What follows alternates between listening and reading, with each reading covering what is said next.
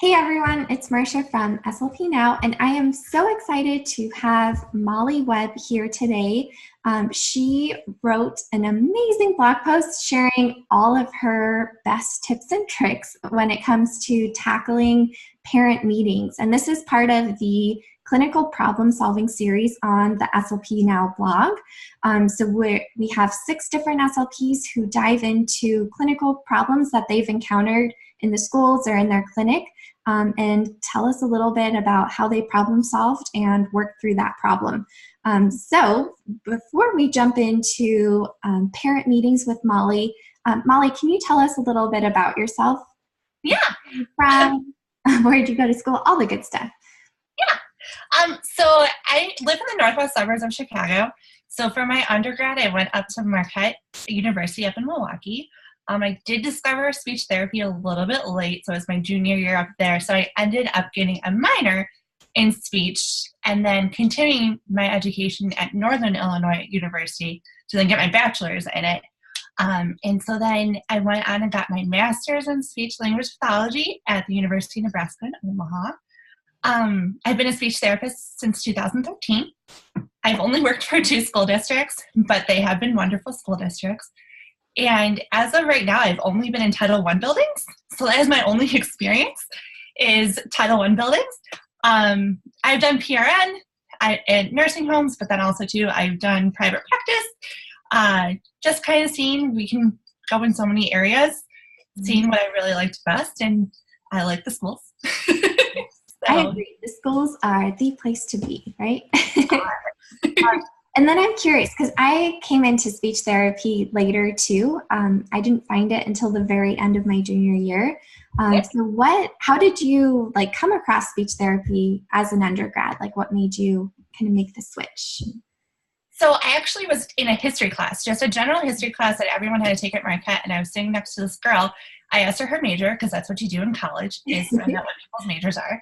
And she decided speech pathology. I had no clue what it was. And so I kept asking her about it. At that time, I always wanted to work in a hospital, but I did not like blood. And so she was really sold me on the fact that I could work in a hospital and not have to see blood. And so I took the intro class, and from there on, I loved it. And even in grad school, I always thought that I was going to work in a hospital. But first, I really thought I was. And then my first externship was in the schools.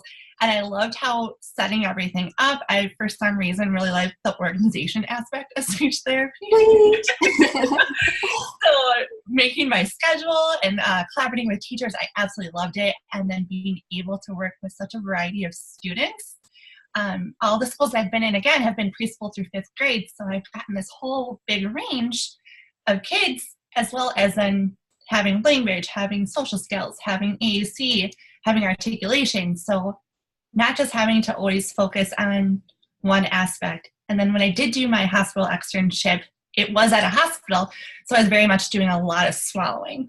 And not that I didn't like swallowing, but it was very much, I only was able to do one thing, at least that's where the patients were that I was at. They always had swallowing. And of course, we had a couple of executive functioning, but I like the fact that at the schools, I was able to work with all these different types of students. Mm-hmm. Keeps us on our toes. It does. Keeps things different every day. Yeah. And so you wrote in about tackling some parent meetings. So what was the situation that you encountered that was a little bit more challenging? And I know we're encountering problems all day, every day, Yes. but I really like the one that you shared about. So at the school that I work at, since it's a Title I building, and it's actually one of the lowest in our district, we have a really big transient population. So every year we're getting a ton of move-in students. They come at any time during the year. So this particular student moved in when he was in 2nd grade, and he moved in within a month of the start of the school year. He did come from another school district with an IEP for a little bit of academic skills, but then also too was just articulation that he had goals for speech. I didn't even get a chance to really talk to him before we had our move-in IEP, but even just meeting him the one time, I had a lot of other language concerns. So I didn't hear a lot of sentence structure. Also, too, he did have a cleft palate that wasn't repaired until kindergarten. So he was missing a lot of grammatical markers when he was talking with me just because he wasn't producing them. So the team all decided that we needed to do an evaluation to just get a better read on what the student needed within the schools. But mom, of course, I think the easiest thing for a lot of parents is that they hear articulation so they know, oh, this is what's then my son needs. Where I was really coming from, his greatest need right now is language. So making sure then the mom was able to then realize and kind of see from what he was doing at home and what he was doing at school that his language was also impacted. And then what we ended up happening was when we did test him, when I tested him, he had really low scores on the SELF. So he was getting between 65 and 70 on all the different indexes, which is a really big concern. And mom, once again, was just very focused on the articulation piece as opposed to the rest of the language piece. So I wanted to make sure that she had a really good understanding. And also, too, I wanted to increase my minutes, give additional supports. And sometimes when you throw a lot of information at parents, they get overwhelmed. And it's a lot to take in, especially at these types of meetings. But I wanted to make sure she understood that we're all there for her son, but also, too, that we did need to put additional things into place for him in order to be successful at school. And so what kinds of resources did you use when you were tackling that? Like, did you know exactly what you were going to do going in, or were there other kind of things that you reached, or people or resources that you used? Yes. So I'm very fortunate that my husband's an SLP. So that's amazing. One of the rare male SLPs. So we talk shop all the time. And so, which is a good thing and a bad thing. Sometimes we have to stop. But so of course, like I kind of asked him about situations that he's been in, but also I've asked other SLP friends, just because if I haven't come across a situation where mom is very focused on one thing, but then I have all these other concerns and I don't want to have her overwhelmed or have a negative response to what I'm suggesting. So I did talk to a lot of my friends, and kind of all we decided together was that to make sure that the evaluation was really, really complete. So I did a lot of informal data, so just how he was doing in my speech therapy sessions, but also to like speech samples, his work samples to show, what his writing was looking at. So not only is his verbal production being impacted, but also his written expression is being impacted. And then using those standard scores, but connecting those standard scores to what he was performing at school. So for example, on like the following directions test, sometimes it's really hard for the parents to see how this one test then connects to what their student is doing. So making sure I had a good list of examples of then how those different subtests then connected to what he was doing at school. But then also too, I got to build up a good rapport with the mom. So I did a really good parent interview. Sometimes I go in with a social worker when she's doing her social development interview and asking some questions with her. So then the mom doesn't have to come in more than once. But, tag teaming that, getting a really good language development. Another thing is this was her firstborn kid. So she had nothing to compare it to.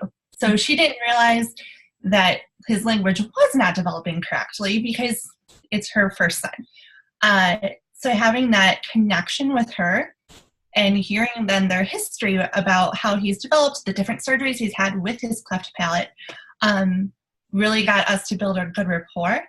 And then also, too, I always try to have, when students are having really difficult times at school or below average standard scores, I try to find a lot of variety of different student strengths.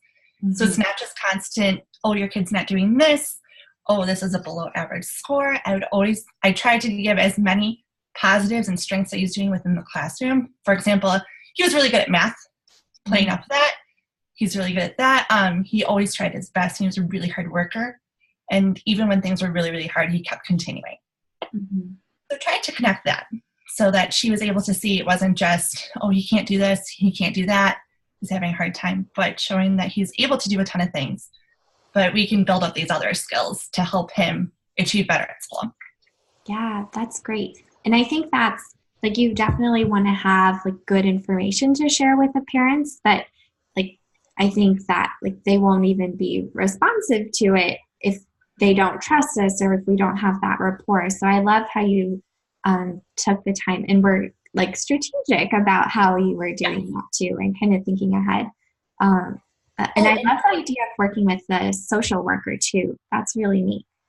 Yes, and one more thing, I totally forgot. So this student, he did have a couple of absences because of the fact that he had continued surgeries. So I felt really, really bad for him. He had like his tonsils were enlarged, so he had that surgery. So he missed a lot of school, and the fact that school was really, really hard for him based on what we saw in our testing, he had a little bit of school avoidance. So I had the opportunity to also work the car lane in the morning. And so I kind of became his buddy in order to help bring him to class so he wasn't so upset coming into class and avoiding class. So that was another really good way to build up rapport with the mom. So we were kind of had this trust that, you know, we're all here for him to get to school and be successful at school. So she saw me as a really trusted staff member. So then when I was able to report these scores to her, she knew that it was all coming from a really good place and not just this negativity that those can'ts, but really trying to increase his skills, and we're there for him. Yeah, no, that's great. And because it sounded like the first meeting was maybe a little bit more challenging. And so I love how because sometimes it can be so easy to kind of become defeated, like, oh, like she's not going to understand this, and kind of almost throwing in the towel. But I love how you approached it at a lot of different angles. And I love that, just like coming in with the data, but then also being really strategic about how you interacted with the mom too. It's kind of like bringing them in with honey, right? Yeah, exactly. So that was awesome. So what do you feel like was the most helpful thing that you did? I really think that building up the rapport with the parent, and also to having them the trust with the parent, I think that's the best thing you can do. Honestly, in any setting, if you're in private practice, if you're with patients at a hospital, you want to build up family rapport as well. If you're in the school, sometimes in the school, it's really hard to build up a really good rapport with all of your caseload, but just trying to get as many opportunities. And even if it's silly things like doing after school activities, I've always gone to the fall festivals and like the book studies and stuff, just to kind of meet those parents and building up that rapport, and not just at like an IEP meeting that they see you. Yeah, no, that's huge. And it's not always fun to have those duties like the car line and everything, but I think it can make or we can kind of spin it around and look at it as a way to help us kind of establish those relationships. And that's a great way to be seen. Yes. You hear a lot of information in the car lane. No, that's awesome. And it's a good way to like track down signatures sometimes too. It really is. Or if you're late on giving your notice of a notification of a conference, it's like, oh, and by the way, we have a meeting coming up. No, that's perfect. So what did you try that didn't work as well from the first try? Honestly, in this situation, I was very, very fortunate that my game plan really did work. So I'm very fortunate that it didn't go a different way. It went a really, really positive way. Mom was really, really receptive for all the recommendations that not only was I making, but then the rest of the staff members were making. So I was really fortunate in this one. Yeah, that's awesome. And so, like, have you had meetings where things didn't go as planned initially? Or? There's always a meeting that something unexpected happens, and you're just would be like the superstar SLP if that never happened. Exactly. Like, there is not a person I think doesn't have a meeting that you come out of there and think, what just happened? Or you go into your office and cry. Yes. I've done that a couple times. Go ahead. Yeah. So what do you do when that happens? When that happens, I just always try to stay calm and not be confrontational. There's been times that parents have been very attacking of, oh, they do this at home. They do that. Oh, they follow directions at home. I can give them 10 directions and they can follow it. But I always try to relate it back to them, the classroom, and explain that is awesome that they're doing that at home. Classroom directions are sometimes a little bit more different. We're adding a lot of different concepts in there and having a lot of different connections to our academic material. And so always relating it back to the class and relating it back to an observation or classroom work that I've done. So trying to relate it back to there, and also to remaining calm and not confrontational is really, really good. And not thinking that, oh, I know your kid better, because the parents are really the experts in their child. We're just the experts in the data. And how to provide those skills to boost him up. So making sure that hearing what they're saying is very valid, but also to explaining that here, there's not as many supports, in the sense that parents, I don't think, always realize how many visual or verbal supports that they're giving. Yeah. They might give 10 different phrases of the same direction, and then one of those and their child does. So relating it back to that as well. Yeah. And I love the idea of they're the expert at home, but you and the teacher and the team are the experts at school. And we can, I think I've had a lot of success, kind of trying to combine those pieces and asking the parents for their expertise and kind of trying to link that. And sometimes it can be helpful. If you dig a little deeper, you can figure out strategies that maybe the parent thinks they can follow 10-step directions when they do this or this. Exactly. So I like being able to bridge that gap in that way. And then that makes everyone feel really good. Awesome. And so how did everything end up, because you kind of gave us a sneak peek, but how did everything end up wrapping up? And sorry also too if you hear my furnace. My furnace is right there. It's all good. I can't hear anything. Kicked on because it's nice and cold here in Illinois. So everything ended up going really, really well at then the evaluation review. I ended up giving a lot of recommendations for what then the classroom teacher could do, so increasing then the visuals in the classroom. And also too, I did provide some of those visuals to the mom for at home, so then she was able to help with the homework and give those visuals so that he was having the same cues for his homework at home and also too then at school. Another thing I recommended was increasing his therapy minutes. Previously, he was only receiving 30 minutes for his articulation, and so I increased it to 90 minutes just because he was having such a difficult time and his scores were so low for language. And in turn, since he was really unintelligible and really needed a lot of support for his vocabulary and sentence structure, I did end up recommending an AAC device. So there was a lot of things that we ended up throwing at mom, but because I built up that rapport and we touched base with her along the way to see how everything was going at home, but also to explain how things were going at school, she was very receptive because she knew that we were kind of all there to help support her son, and everyone wanted him to succeed. So, that's so awesome. So what are your biggest takeaways from that? The experience as a whole?